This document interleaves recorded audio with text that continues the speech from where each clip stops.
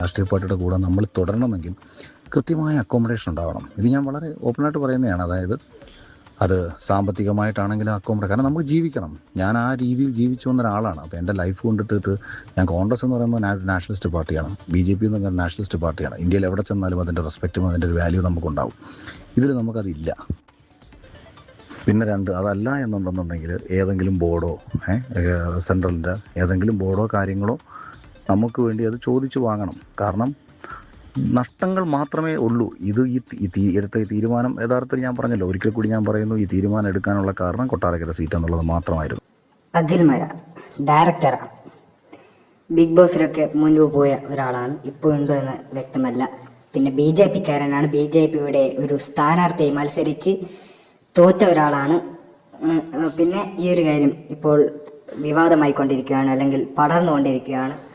വിവാദത്തിലും അതുപോലെ ഇതിനോട് യോജിക്കുന്ന ആളുകളും ഒക്കെ ഉണ്ട്. എന്നാലും ചില കാര്യങ്ങൾ ഇവിടെ പറയാതിരിക്കാൻ വയ്യ.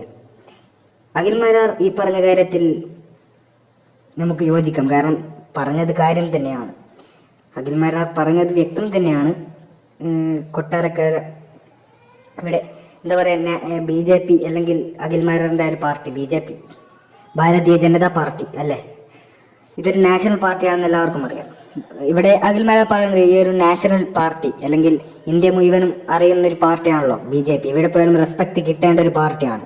പക്ഷേ ഇവിടെ കേരളത്തിൽ അത് കിട്ടുന്നില്ല എന്ന് അഖിൽ മാരാർ പറഞ്ഞിരുന്നു. ഈ ഒരു കാര്യത്തിലാണ് ഇപ്പോൾ ഈ ഒരു വോയിസ് ക്ലിപ്പാണ് ഇപ്പോൾ പുറത്തു വന്നുകൊണ്ടിരിക്കുന്നത്. അതുപോലെ തന്നെ ഈ അഖിൽ മാരാറിനെ അറിയാത്തവർക്കൊന്നുകൂടി ഞാൻ പറയാം, ഒരു ഡയറക്ടറാണ്, ഗൂഗിളിൽ അങ്ങനെയാണ്.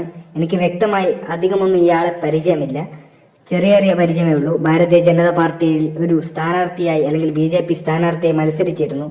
ഈ രീതിയിൽ തന്നെയാണ് കൂടുതലും ആളുകൾ അറിയാൻ സാധ്യത എന്നാണ് എനിക്ക് തോന്നുന്നത്. മുൻപോ ഇപ്പോഴോ, മുൻപാന്ന് തോന്നുന്നു, ബിഗ് ബോസിലോ എന്തെങ്കിലും വന്നിട്ടുണ്ട്. ഇപ്പോൾ ഉണ്ടോയെന്ന് അറിയില്ല, എനിക്ക് വ്യക്തമല്ല. എന്നാൽ പലർക്കും അറിയുന്ന ആൾ തന്നെയാണ്. എന്തായാലും ഈ ഒരു കാര്യത്തെക്കുറിച്ചുള്ള നിങ്ങളുടെ ഒരു അഭിപ്രായം എന്താണെന്ന് കമന്റ് ചെയ്യാം.